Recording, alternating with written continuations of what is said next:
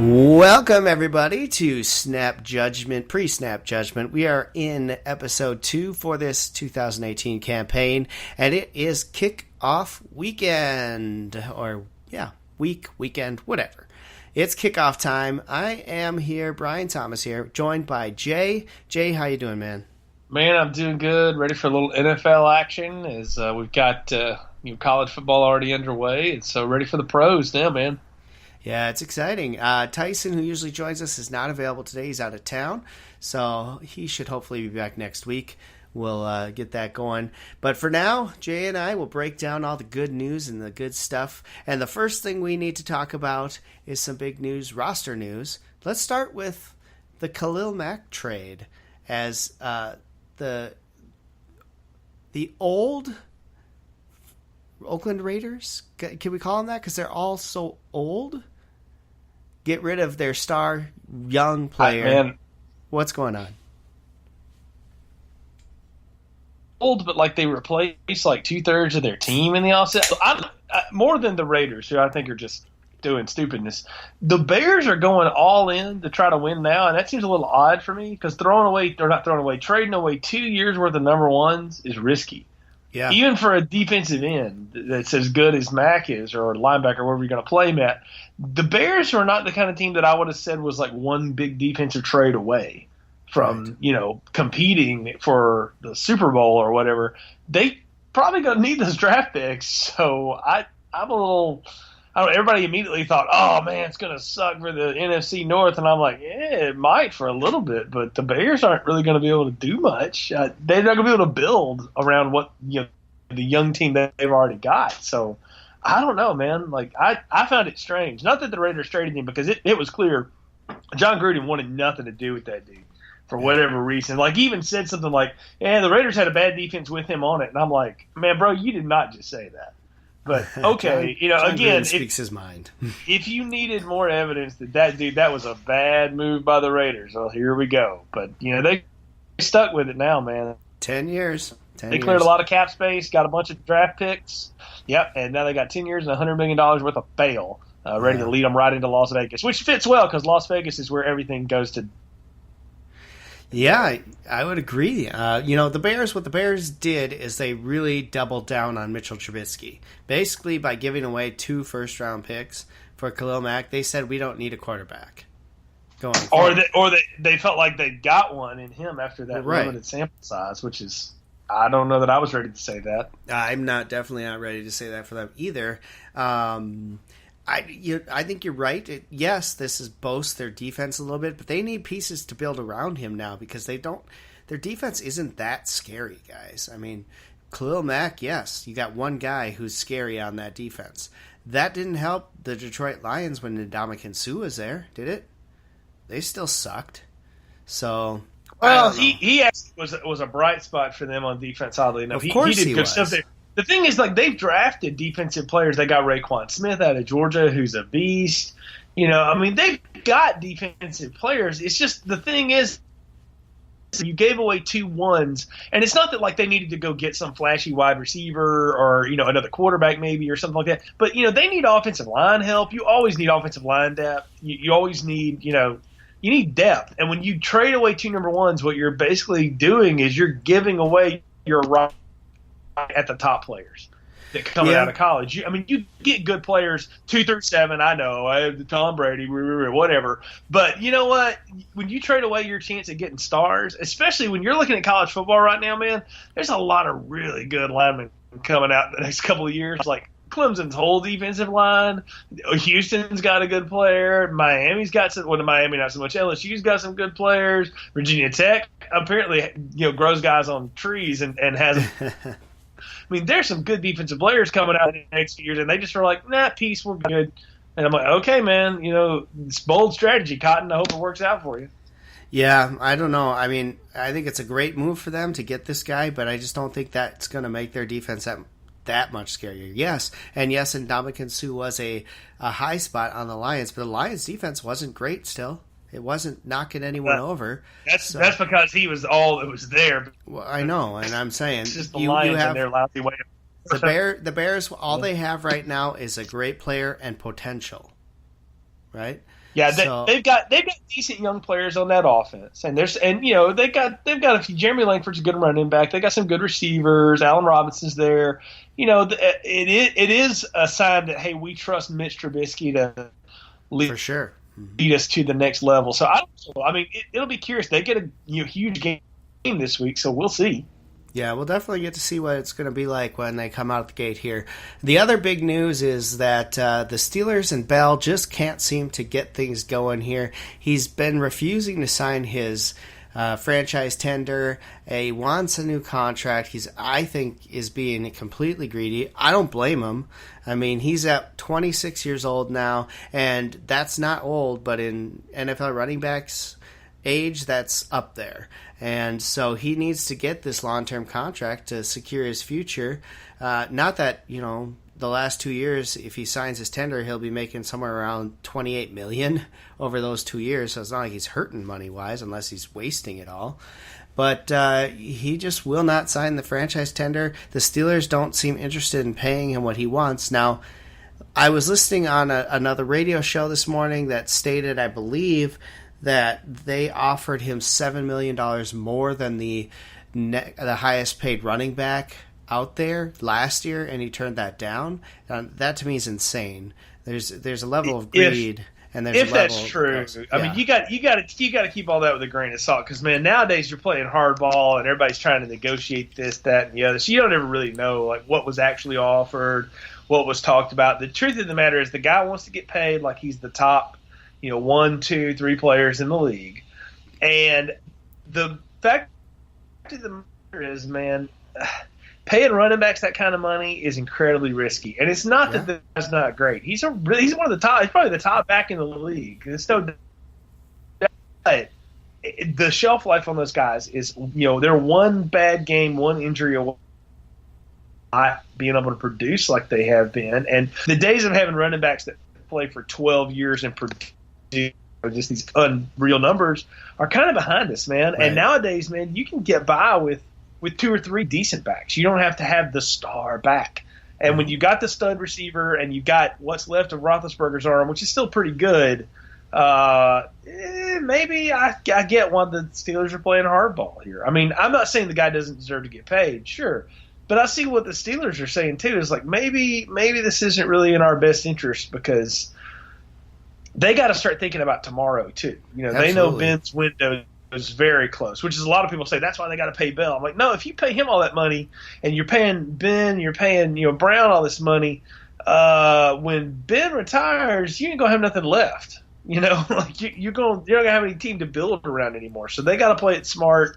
I'll be honest with you, man. I'm about as interested in this as I am a Kardashians moment. So I'm really like, I care. Like I could really care. Like he could just, he could not come back. He could retire and do TV. I don't care. But I'm just tired of the drama of it. But I'll give you this: the Steelers are playing it like I expect the Steelers to play it. They're like, whatever. They don't need it. Yeah, and I'm with you. They should be doing the kind of whatever. They're playing exactly how they should. They have, like you said, they have things they have to consider. What happens when Juju Schuster-Smith's contract's up? If he produces like he did last year, they're going to have to pay him too.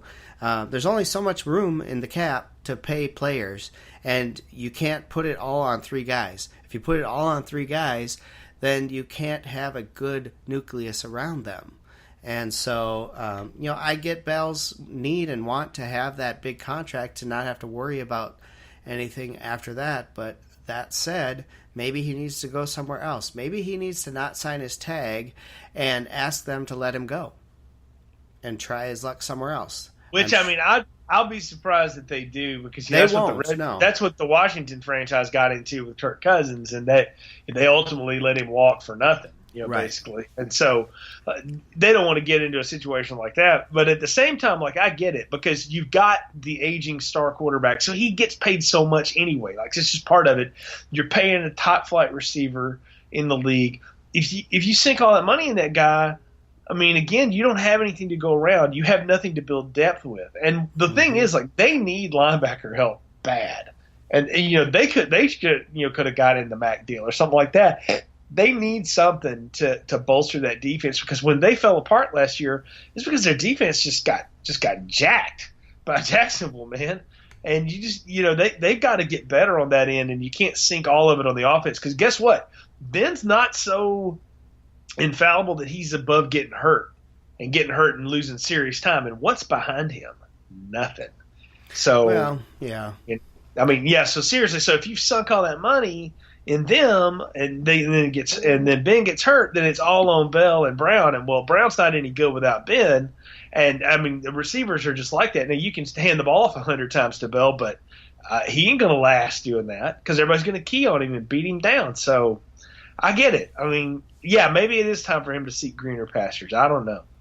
Yeah, we'll have to wait and see what they do.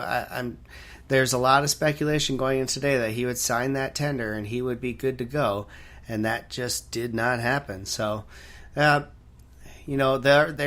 obviously at this point, I don't think they can count on him to be there for week one. And if he suits up even, I don't think you start him. You go with the young guy, James Conner. You see what you got with him because you have no choice, really. He has had zero practice with the team. They have maybe one more practice to go before they're getting ready for the game. So, game plan is installed now. Like that, he's out this week no matter what. So it's just a matter of how much shape he's in. So we'll see. Yeah. We will. So let's go ahead and get into this week's games. This is the kickoff week, so of course we have a crap ton of highlighted games to go through that are going to be on your Thursday, Sunday, and Monday nights. So those will be our highlight games. We'll talk about the first one obviously happening Thursday night. The big kickoff to the season is the Atlanta Falcons and the Philadelphia Eagles. This is a rematch of the divisional round last year for the NFC. I believe Carson Wentz is not playing in this game. Nick Foles is going to start. Correct. And so that plays into the things. Now, I think I mentioned this last week, and I'll mention it again. If you look at the body of work that Nick Foles presented in his time in Philadelphia, aside from the NFC Championship game and the Super Bowl, he didn't show a whole lot for that team. They were winning games with field goals and defense. So what do you think your expectations are in this game for Nick Foles on the Eagles side, and then the Falcons, who are a high-powered offense, going up against this top-rated defense? What are your thoughts in this? Here's the thing: like the Eagles have have really upgraded the defense, and they've got a great offensive system. The problem is they are beat up right now, man. They really are beat up. They're in like mid-season beat up form. Now the thing is, they'll get healthier as the season goes on here a little bit. They'll get some guys back, but they're so beat up that I think it's going to take a toll on them because all they really can do is try to lean on their defensive line to get pressure and then hope their offense can, get the benefit of a turnover or something and get a short field because I don't think they're going to be able to move the ball that well. And it's not that the Falcons have this, balls out defense or anything like that, but they're not bad. They're pretty good, and moreover, they're healthy. Like everybody's healthy, everybody's happy, everybody got their money now. Really, like that's a team that also realizes they screwed around a lot last year, and they need to take a step forward offensively. Sarkisian's got to do it as a coordinator, but Matt Ryan's getting on up there now too, so the window's starting to narrow on him. You want to do this, you got to do it. Julio Jones is getting older, and he gets banged up. They got younger guys in there now to go with them, but they're poised for the run. So for Atlanta, this is a huge, huge task, and they want to start the season right. The problem is they got to do it on the road, and that Philly crowd for the Super Bowl team is going to be bug nuts crazy, man. Yeah, for sure. Atlanta, they played well against the Eagles. They almost won that game against the Eagles. Four of the worst goal line calls of all time, by the way. It's like a coaching clinic of like, no, none of this, But they made four horrendous calls in a row, or they would have won that game, They should have won. Yeah, they should have won the game. And I'll play my hand now, man. I think they should have won that game. Honestly, they should have taken care of it and got it done. And I think they're going to get it done because I think Philly's too beat up right now. So I'm going to pick the Falcons in a bit of an upset here to get the Thursday night win. I like Atlanta getting this one 24-20. Yeah. I also am going to pick the Falcons here as well. And my reason is I just don't see that high-powered offense coming out the gate for the Eagles in game one. I think expectations are going to be too high, and I just think that they don't have the power there, and I don't think Nick Foles is as good as people want to think he is. So I think the Falcons and Matt Ryan's going to have his team ready to go. I think they're going to be able to run down the field and score a few touchdowns. I like Tevin Coleman coming out of the backfield. I like Devontae Freeman running the ball. And I think that if you use those two people as good weapons to get that Philadelphia front line tired out, then you can start throwing the ball to your Julio Joneses, your Mohamed Sanu's, all those people. And I think the Falcons are they have this game planned out. They're not going to make the dumb mistakes like they did last year, and they're going to try and come out of the gate hot and on fire, and I think they do. I just think Philly's going to come off that Super Bowl high and just kind of disappoint. So we'll have to wait and see. Sunday Night Football is rivalry game. How about this? The Chicago Bears and the Green Bay Packers. You got the black and blue already in the first game of the season. This is your Sunday night preview. This is going to be an interesting game. The Khalil Mack signing makes it even more interesting because you said it last week. Green Bay's offensive line is made of glass. And Aaron Rodgers, how many times is he going to be put on his butt in this game? It's going to be hard for the Packers in this one. It is, and that's the other thing too, is the Pack defense is also not very good. And against the run, like if the Bears are smart, they will pound the football at Green Bay. They really will, and they will bring the heat from every chance they can because the truth is Aaron Rodgers is good enough to beat them almost by himself. Like he makes their things good, and this is the deal. His receivers are healthy, and even though the line ain't great, he hadn't played with a great line since he got there. Honestly, even the Super Bowl year, they weren't very good. They just kind of put it together for the playoffs. That guy makes everything around him better, and I really want to pick Chicago, but road team, like two road teams in a row, that always makes me wary. But that road team going against that quarterback, on Sunday night, I just can't do it, man.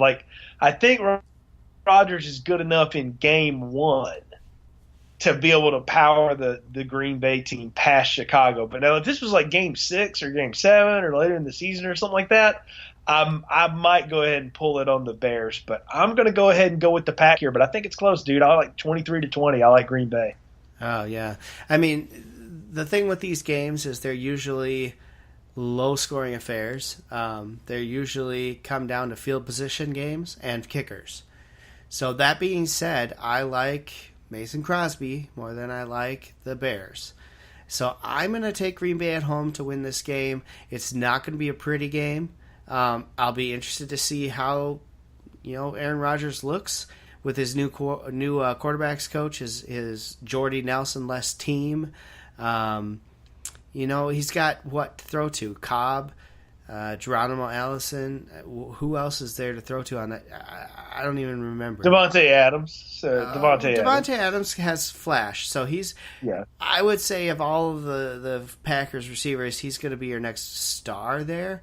However, they got to get open, and that offensive line has to block. So we'll have to wait and see. So I'm also going to pick the Packers to win this game, but I don't think it's going to be a high-scoring affair. No, I don't either. But I mean, again, I ask who the Bears have to cover them, and I don't really know. Right. It's not that good. So yeah, but it should be a good game. It'll be a fun one to watch on Sunday night. So. I sure hope so. Up next, the Monday night dual games. We got one early and one late. Ryan, you said it right. It's a deuce, man. They dropped 2 dog crap games on us here. This is awful. Yes. The New York Jets and the Detroit Lions. I mean, what? Is this really a Monday night football game? Honestly? I call this the Ugg Bowl. Yeah, who cares? I mean, okay, Detroit should be able to move the ball and on the ground for once because the Jets are terrible. So everybody's going to tune in to see what Sam Darnold looks like. Right. And the thing is, he's probably going to look better than he normally is because Detroit's defense ain't real good. But the problem is the Jets aren't going to stop Matt Stafford, that offense, man. They're going to move up and down the field on him. So I don't know, man. This is not one that I would call like Monday night worthy. I don't think it's going to be that good. So I got the Lions winning pretty big in this one, dude. I got it like 28-14. Yeah, the best news for Jets fans coming out of this, and for ESPN really, is that Sam Darnold is starting the game. So people will actually want to tune in and see what's going to happen.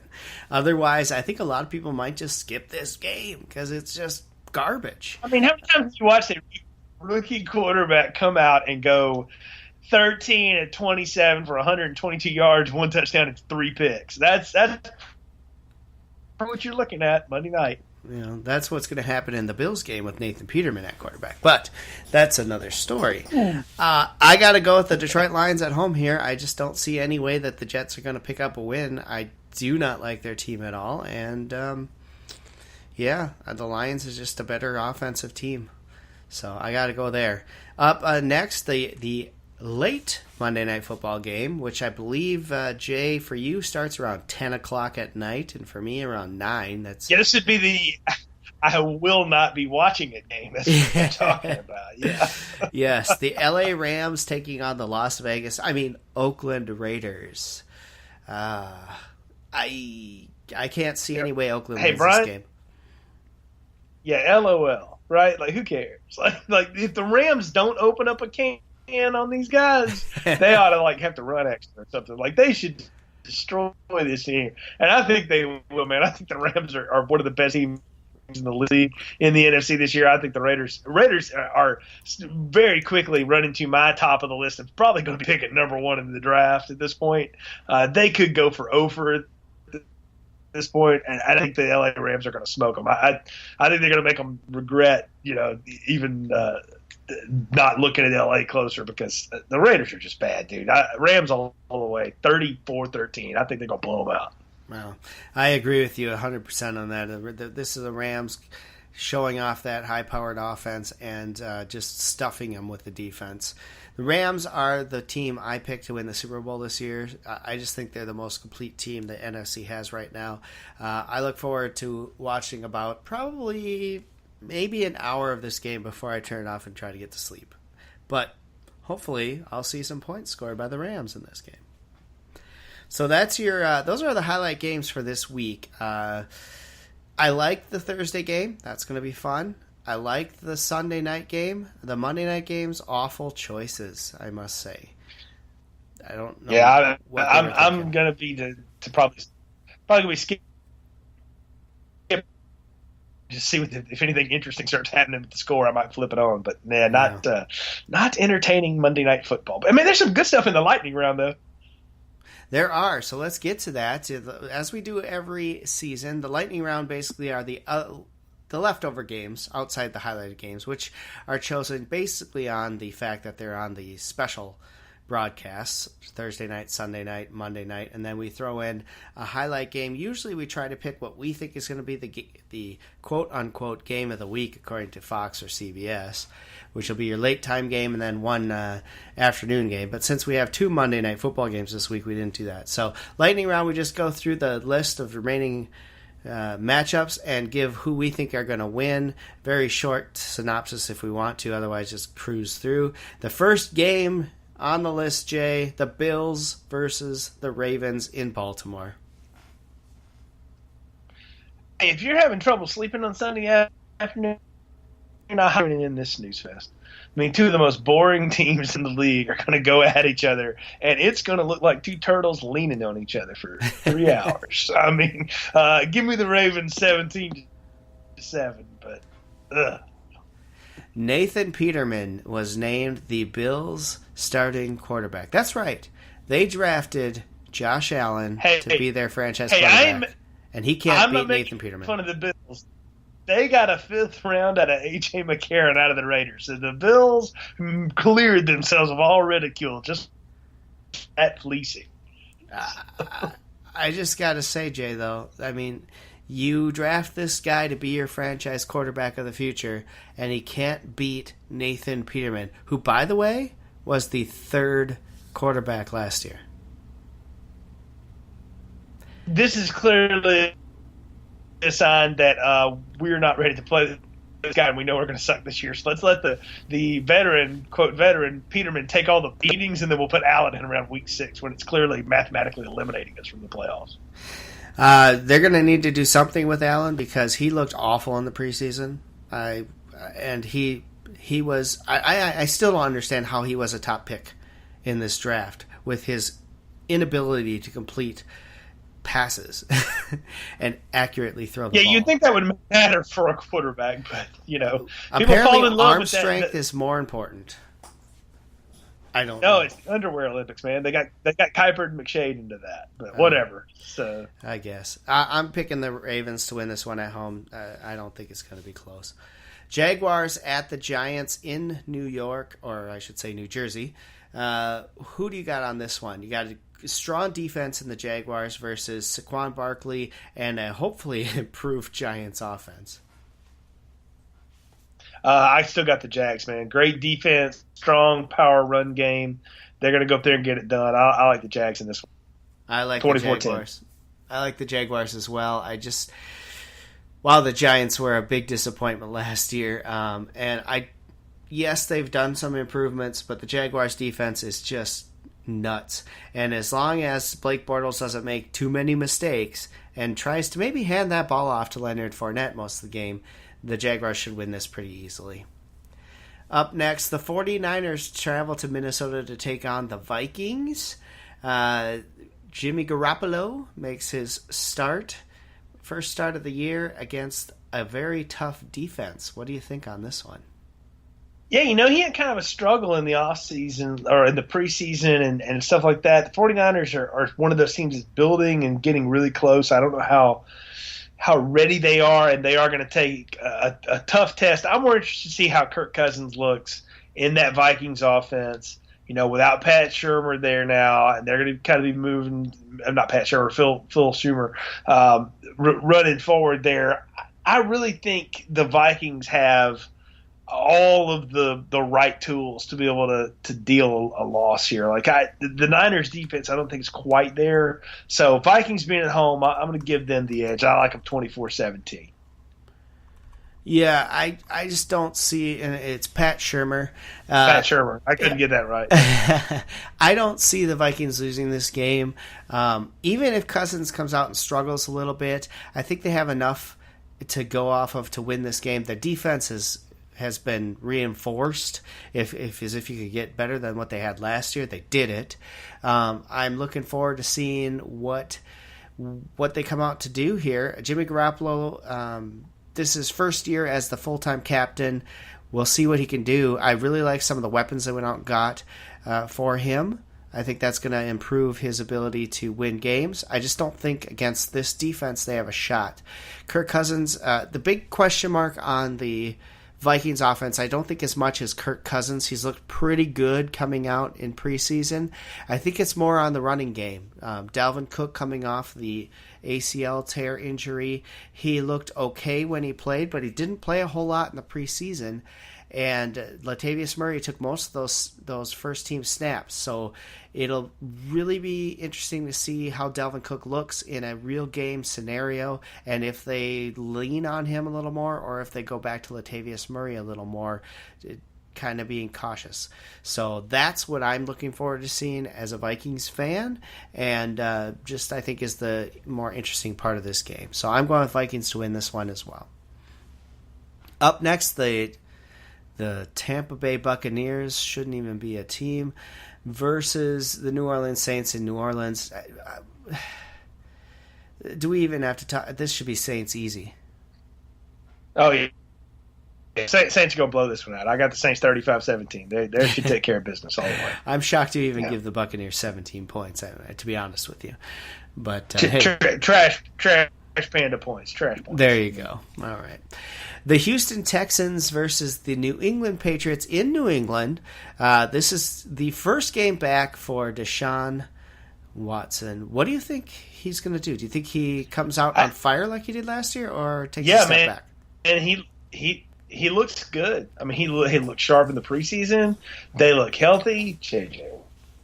Watt's healthy, man, I think this is like a good game. This is one of your games. This should have been a friggin' Monday night game. This would have been a good game.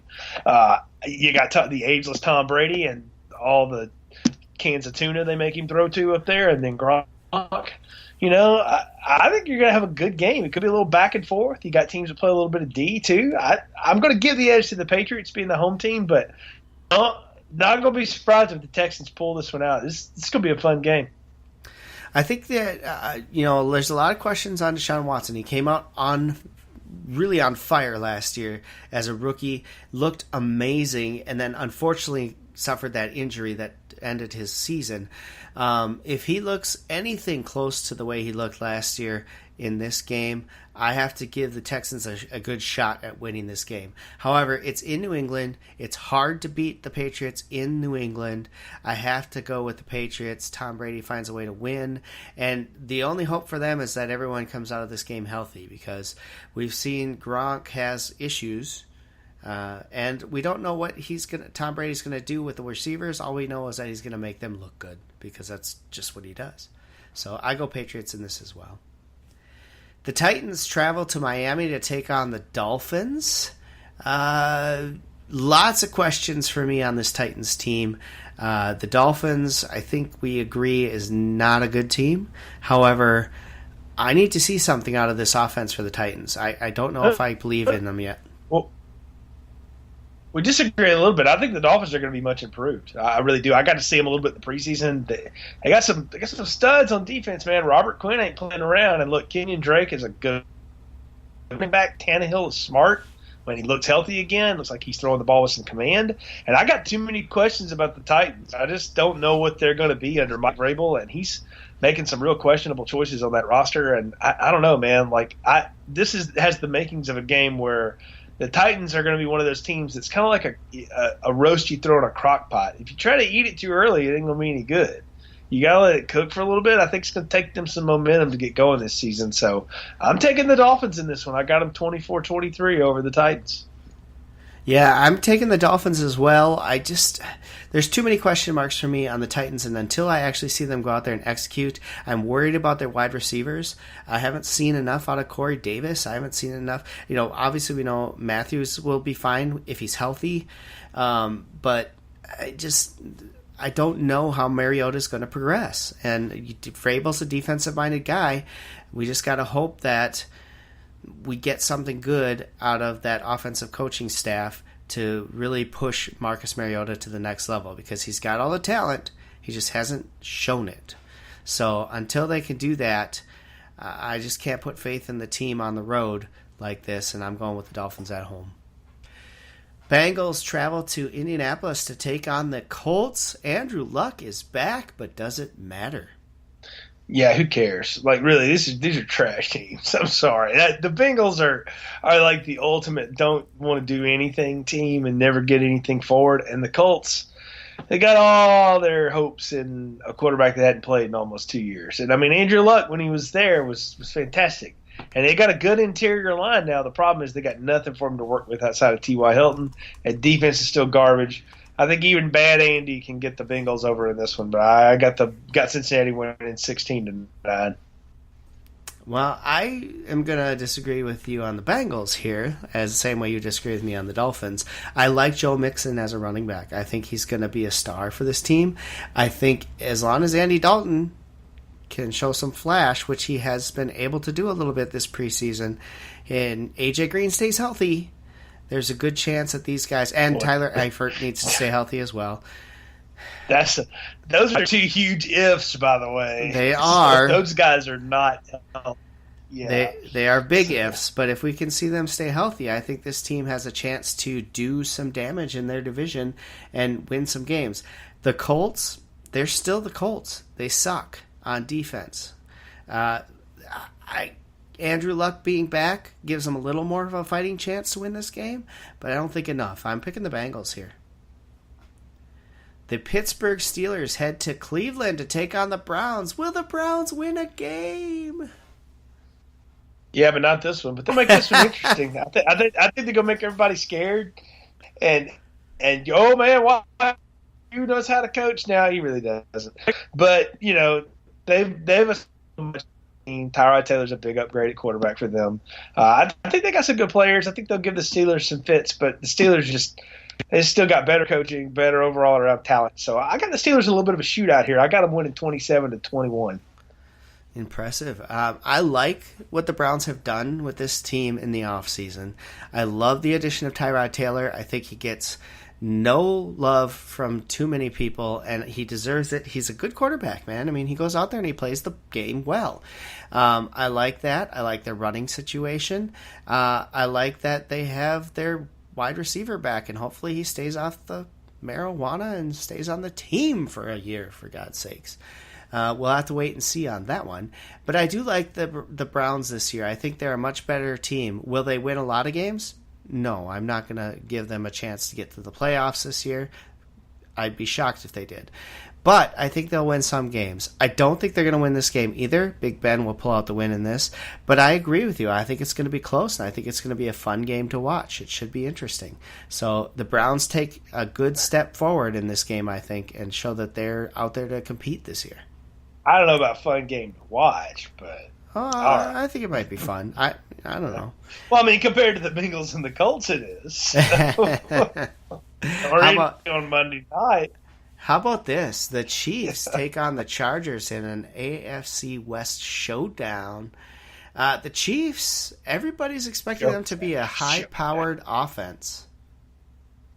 No, they are not going to be high. They got a long way to go, man. They look so green and red. Andy Reid's a magician, no doubt, but it's going to take him a year to get this going. Chargers, on the other hand, man, they're going to be jacked up, ready to go in front of all 30,000 people at that little soccer stadium they play at. And you know what though, they're going to be good. And I like the Chargers here pretty big. I think they win comfortably. I got them winning 27-14.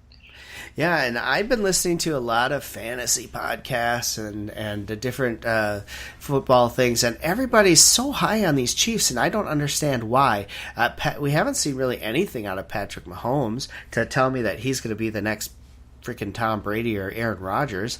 I just don't know why people are so in love with this. Yeah, we have Kareem Hunt on the team, and he had a hell of a year last year, and you got Tyreek Hill on the team, and he had a hell of a year last year, but I don't think that matters when you have a rookie quarterback who hasn't proven a damn thing in this league. And on top of that, the Chargers have a stacked defensive line that the offensive line of the Chiefs have to hold off. I think the Chargers are going to be a much better team than anyone thinks they are going to be this year. And I think they take this game, especially at home, even though, can you really consider that home? They're not.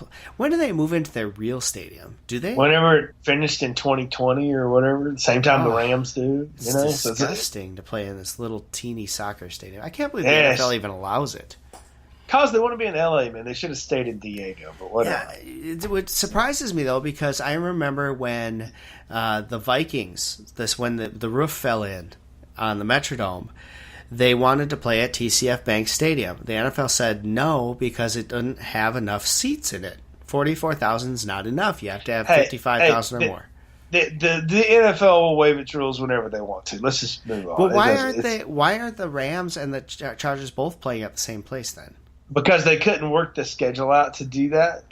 Because they play. No, they both play on alternating times. There's going to be a lot of times that they're both home because they're AFC, NFC. That's why. And so they couldn't do that. So they made it work before when it was the Raiders and the Rams.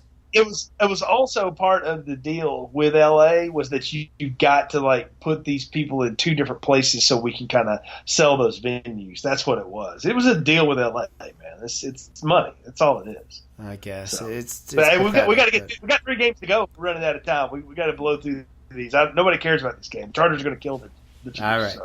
The Seahawks and the Broncos. Yeah, I don't care. I don't care at all. These teams are garbage. I'm not picking. I'm standing. This is trash. I'm taking the Broncos because they're at home, and that is it. They know how to breathe that weather. I guess I'll take Seattle since I have to, but Russell Wilson's the only reason. All right. So. Cowboys head to Carolina to take on the Panthers. I don't have any faith in the Cowboys. Oh, come on. Game Game of the week. No, game of the week. Going to be a fantastic game. Zeke Elliott, Dak Prescott going up against that Panther defense. And then, Newton and Christian McCaffrey going up against, the Dallas Cowboys defense is not any good. But, yeah, the thing is, though, man, I don't think Dallas is going to be able to generate any points outside of Zeke. And against that defense, I ain't buying it, man. I'm kind of leaning Panthers in this one. I am Panthers all the way in this one. I think the Panthers are going to destroy the Cowboys. The Cowboys suck. They got nothing of value on that team other than Zeke. And when you have a good defense that you're facing against, that doesn't even matter. I bet you, I have Zeke on my fantasy team, so I'm hoping this isn't the case, but I bet you he doesn't get anywhere near 100 yards in this game. I wouldn't be surprised by that. No, I wouldn't be surprised by that at all. I like Panthers. I'm going Panthers 2014. So. I would go higher, but that's cool. The final game for this week, the Redskins travel to the Cardinals of Arizona. I have no clue what to expect in either of these games. I do not like Alex Smith as the Redskins quarterback because they got Jack and Squat on that team, and I have no idea what to even think of the Cardinals with their new coaching staff and all new players. Yeah, that's the thing is the Cardinals are just in reset mode and so young that I don't know that it matters. At least the Redskins have some things that they know. Alex Smith is efficient, all right? Now, their running game is not going to be good with that Darius Geis. That's going to hurt. But they got some players on defense, particularly on the defensive line there. I think the Redskins are good enough to handle what Arizona's doing in a repeat. So I'll take the Redskins in this one 20-10. Well, here's the thing. The Redskins are starting Adrian Peterson at running back. The Redskins are starting Adrian Peterson at running back. I'm not even joking. That's 12 carries for 22. I am blown away by that. And hey, look at this. Adrian Peterson versus the Cardinals. Is this a revenge game? Ooh. I don't think so. Brian, I look back at some people I dated in high school, and I wonder how did I do that too. So it happens, man. We all get desperate, and that's exactly where the Redskins are right now. It's only who's left. And how sad is that if you're Rob Kelly to get passed up by Adrian Peterson, who's been there for a total of 2 weeks? That's sad games, man. That's ouch. So there you go. That's week 1 for this year, NFL season 2018. We give you our picks. What are your picks, guys? Let us know. We are on the Twitter. I am at Brian Thomas 878. He is at TheJ1976. You can hit us up there or go to our Facebook page, BTB Podcast Entertainment. You can find it under and leave us a note there. We will be happy to hear from you and discuss with you. We look forward to going into week 2 and seeing what happens this week.